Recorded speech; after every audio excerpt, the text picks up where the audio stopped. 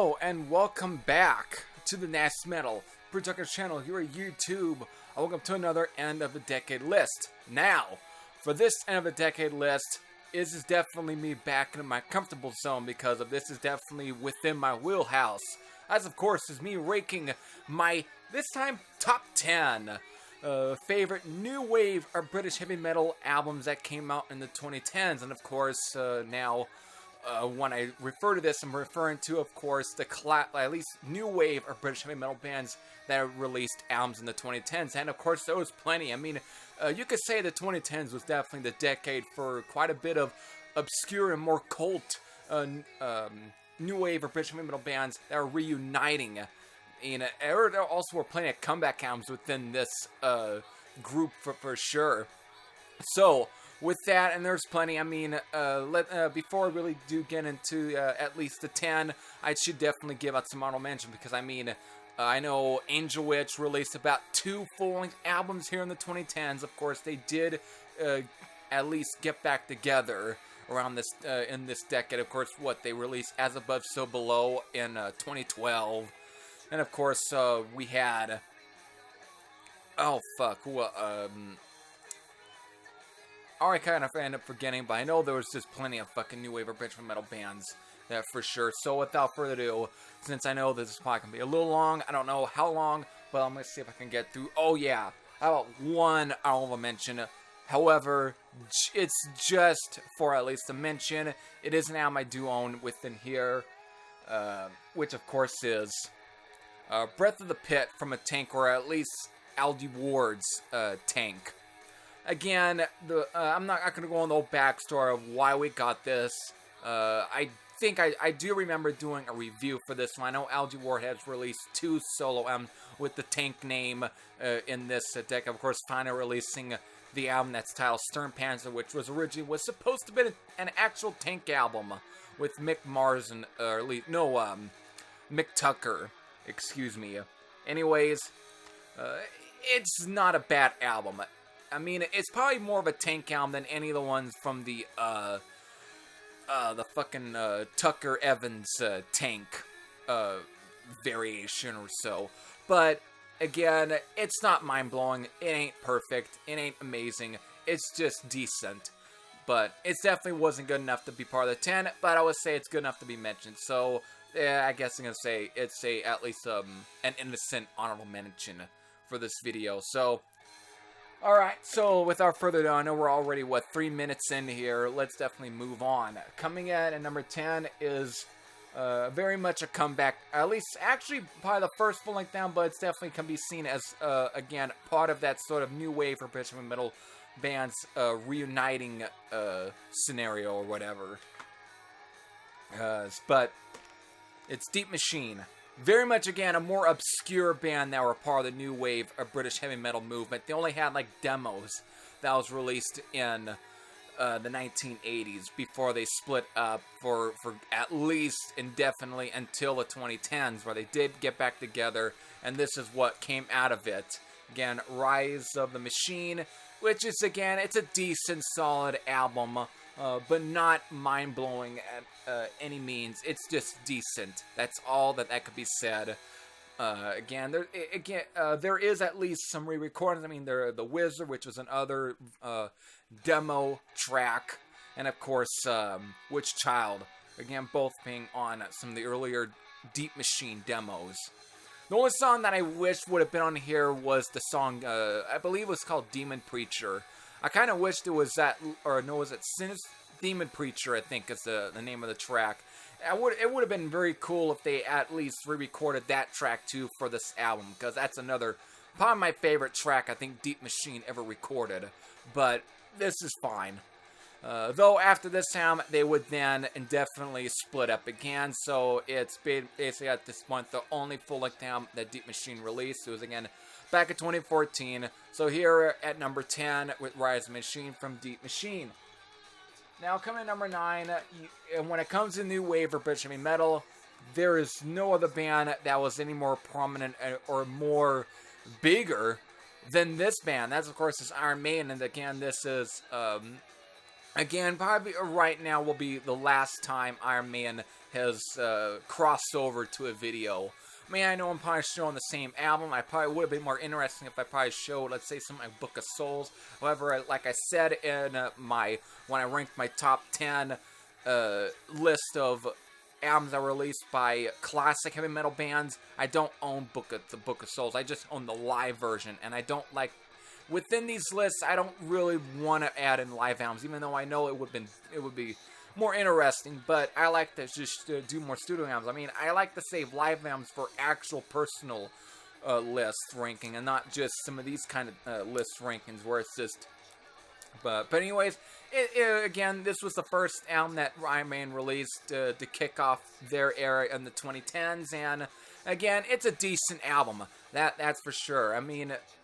It's not mind-blowing, but it's definitely a fine album from Iron Maiden. Again, The Final Frontier also was one of the first new releases for me, at least when it came to Iron Maiden. I mean, I was definitely was looking forward. I mean, when they were releasing this at that time, it was, again, one of the first ones that I at least took the plunge on. So, there. At number 9 with The Final Frontier. Coming in at number 8... is another. I mean, once again, you're gonna see plenty of these reunited albums at least, and this one is no different. And this is a good album. But The Song Never Stops from Avenger, which of course this would be the first album that Avenger, at least with this lineup, because of its still again original vocalist Ian Swift. No, not original. That was Brian Ross, because of course, to kind of bring up the sort, at least briefly go into the brief connection between Avenger and Satan, because they basically ended up swapping singers, because Ian Swift was originally singing in Satan, while Brian Ross was singing in Avenger. But when it came to the band, at least the singers leaving those two bands, they somehow ended up reversing. So one went the other, and the other one went the other way. So, and from there on, I would say it definitely made some history in some ways and gave us these kind of albums. But definitely, again, this is just Ian Swift and whoever the drummer is in here, I forgot. Gary Young. It's who are definitely the only two at least connecting to at least the early Avenger albums. But again, this is probably the first Avenger album released since Killer Elite from 1985. Again, very solid album. There's just nothing bad on this album. It's just fantastic shit for me from Avenger. I mean, again, it's nowhere near the sort of barroom, almost new wavy British metal sound that you got with like Bloodsport. So it's definitely not nearly the sort of all-out raw speed metal attack of Killer Elite, but it's definitely a good album. Again, a little more melodic and a little more refined sounding, but it's still very good. I mean, probably one of my absolute favorite songs off here is Fate. If there is any knockdown to it, I don't know whether or not if it was anywhere interesting for them to actually cover Iron Maiden's Killers. I mean, it's a fine track. I think, though, with this one, it almost seems like Ian Swift is really kind of channeling Paul Di'Anno for sure. And, I mean, there are times where it almost sounds like it could be Paul Di'Anno, because Ian Swift almost, at times, sounds almost very Atkin, or at least very, very striking similar to Paul Di'Anno.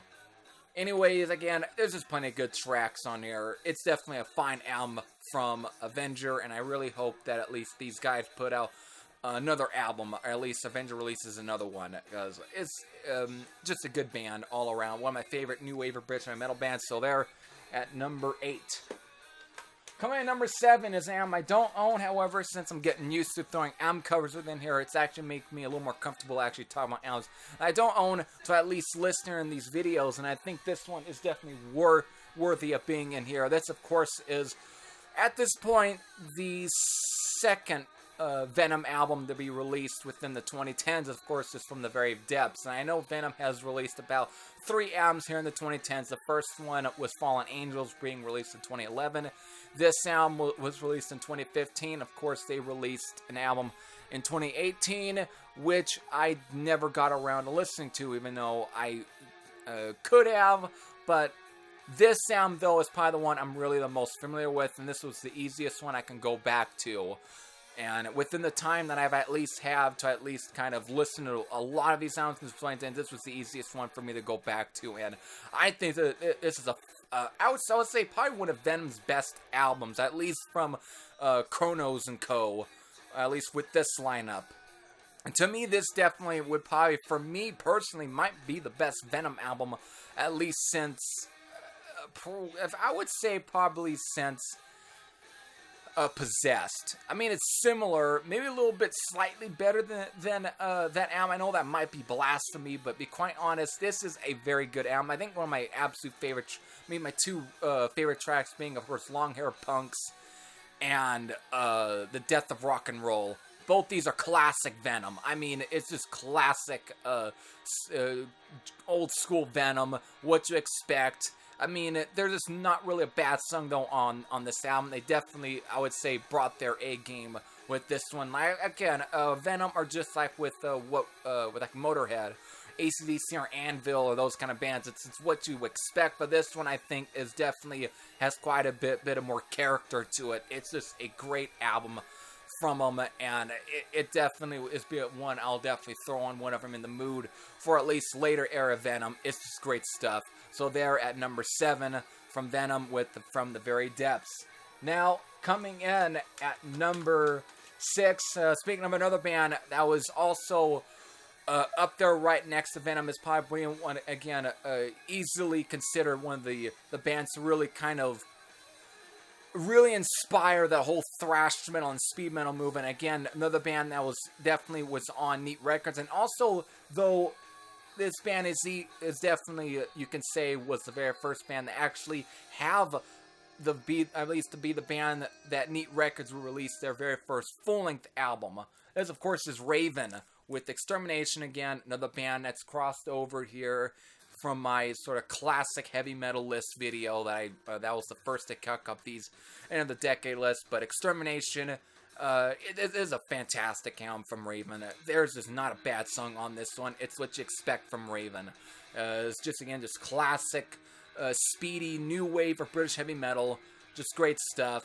I don't have to say anything more. I said what I had to say on that one. It's just a fantastic album from Raven. So they're at number 6, Extermination. So, coming in at number 5, speaking of other really old school new wave or British heavy metal bands, this one, I would say, in many ways, is also one that really defined for me the new wave of British heavy metal movement, and that's, of course, is Vardis with Red Eye, which, of course, was probably the first album that Vardis had released since, was it Vigilante, from 1987, I think. But, again, if I have to really sum it up, Vardis circa 2016 was no different than Vardis circa 1981, albeit with more modern, more clean, more refined production. It's still still when the heart and soul is still Vardis. I mean, there's this every bit of those classic characters that you heard, like that sort of boogie and heaviness and that sort of raw, sort of barroom feel that you had got with early Vardis is all here.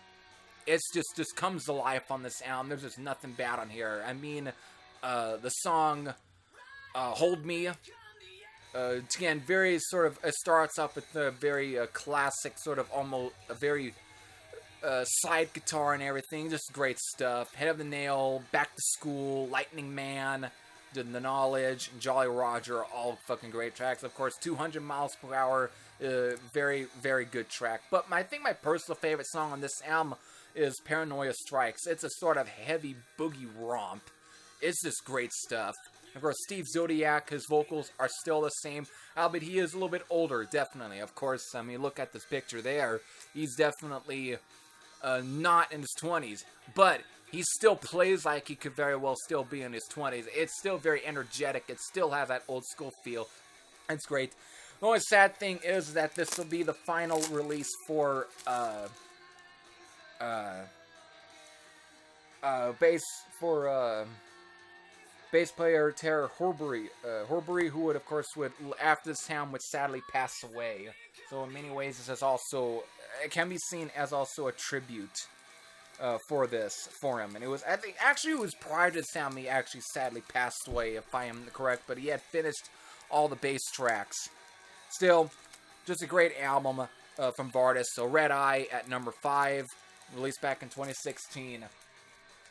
Speaking of another band that's finally crossed over, this might be, I think, the last band in here that's definitely crossed over into one of these videos, as of course is Saxon, along with Iron Maiden and Venom and those bands.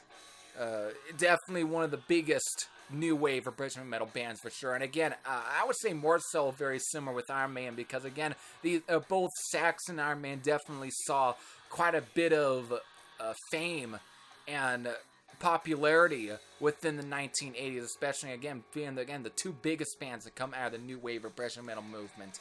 I know I'm forgetting about Def Leppard, but to be quite honest, in this case, it's just kind of best left that we just leave what was once the new wave of British heavy metal. Def Leppard died in 1983. But again, so just basically just focusing on these two. Again, great album, Thunderbolt, definitely between some of the albums I could at least choose between, because again, Sax released about 4 albums in the 2010s. This was again just as easy as it was in my other video. The first one, my classic heavy metal list video. Very easy. Again, great album from Saxon. So they're at number 4. So, coming at number 3 again, and probably, I don't know, I mean, there's plenty of these kind of bands that really just got back together in the 2010s, especially when it comes to the new wave or British heavy metal bands. That's, of course, is Battle Axe with Heavy Metal Sanctuary. Again, Battle Axe being another new wave or British heavy metal band, released albums like Burn This Town and Power from the Universe. Again, definitely, I would say another underrated band, and this album easily sounds like it definitely is the follow-up to an album like Power from the Universe. This is just a great fucking album from Battle Axe. There's just nothing bad on here. I mean, let me kind of get out who's name the singer here, which is I know a little long. Oh, it's typical. Dave King. I mean, his vocals is just he sounds no different than he did back in those first two albums. It's just classic new wave or British heavy metal for sure. I mean, there's just nothing bad on here. Great stuff. Though some songs definitely push for that almost AC/DC-ish or Accept-ish kind of riffing. But again, that was always typical of the new wave or British heavy metal movement. It's just keeping the tradition of that sort of booginess, that barroom sound that you really got from those new wave of British heavy metal bands. And again, Battle Axe definitely keep up that sound, and it's true. There's just nothing bad on here. Definitely a little more modern in some places, but that's to be expected. But in many ways, they're still playing songs that got that sort of, that keeps that classic sound. It's just a great album, released back in 2014. It's just good stuff. So Battle Axe here at number 3 with Heavy Metal Sanctuary. Back in 2014. Alright, so coming at number 2, again, this might be the second album that I don't own that I am at least mentioning here in a video, since I'm getting very used to trying to at least get pictures to at least sync up into these videos, but I have to. This is a fantastic album. This is, of course, number 2 is the self-titled album from Diamond Head.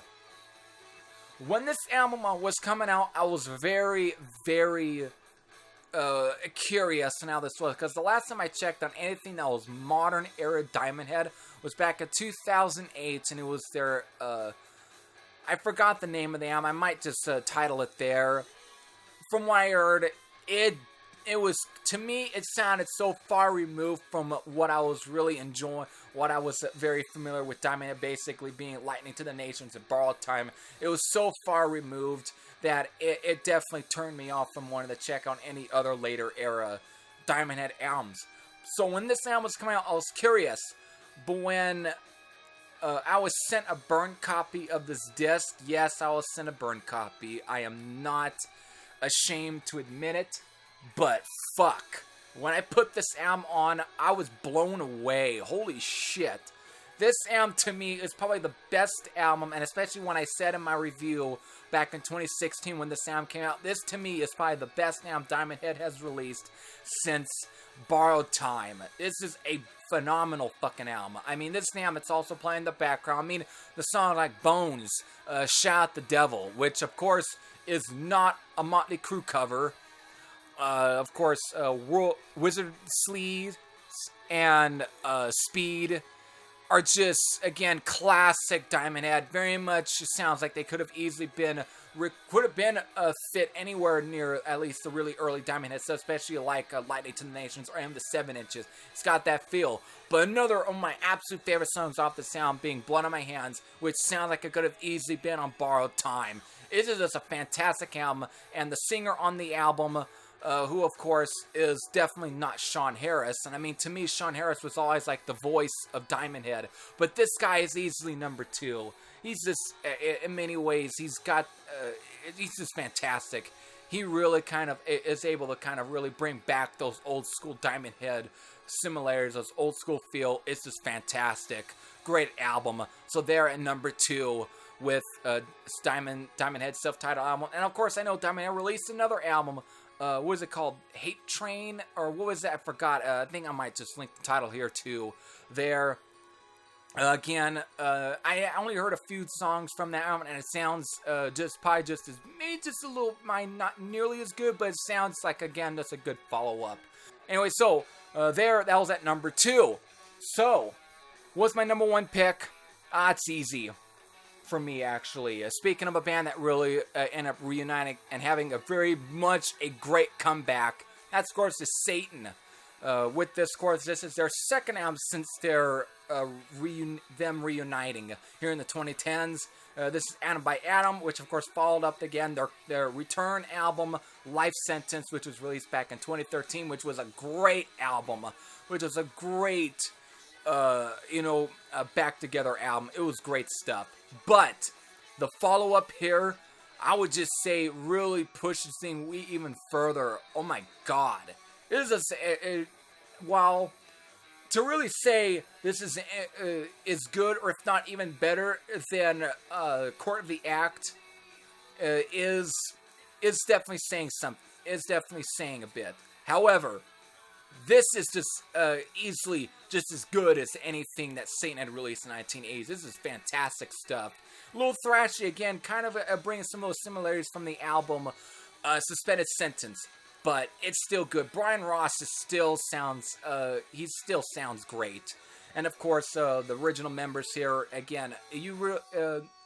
Probably one of the few new wave or British heavy metal bands in this list that at least has its classic or original lineup at least. But yeah, it's great. And also, what really pushes this album even further is the very last track, the end piece of the sound, being the Fall of Persephone. Oh my God, what a fucking amazing track. What a way, this is how you should end an album. It's just great stuff. So, I can't say, I mean, I could go on, but it's just fantastic stuff. So there you go. There's my top 10 new wave or British heavy metal albums that was released in the 2010s. Definitely let me know what was your favorite new wave or British heavy metal release in the 2010s. At least albums, or at least new album that was released by a new wave or British heavy metal band in the 2010s. With that, I hope you all enjoyed. This is Heavy Thrasher Sam out, and I'll see you all again real soon with another end of the decade video. So with that, I hope you all enjoyed. Take care.